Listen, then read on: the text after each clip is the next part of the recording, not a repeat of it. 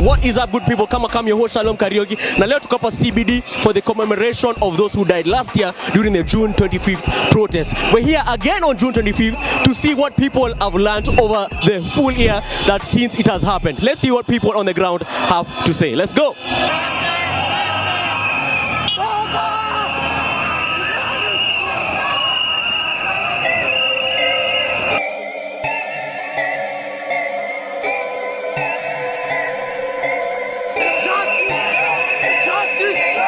As an individual, why are you here today on the 25th of June?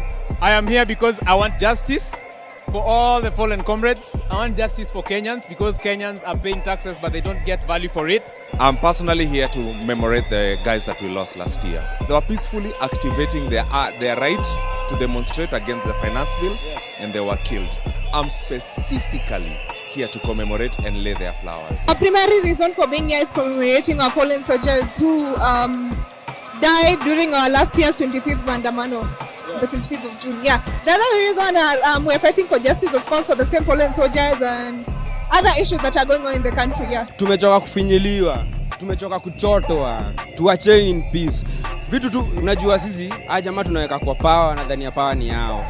Na ni sisi ndio tuko nayo power. Whether change comes now or later, change will come at some point. Yes. How do you think the turnout today is and how it's going to be later in the day? There's a lot of roadblocks away. People are being turned away, by the way. Even us, we were turned away when we were there.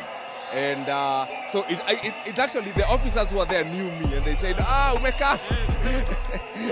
And they said, enda DJ. The town is already great, but it is going to be even better.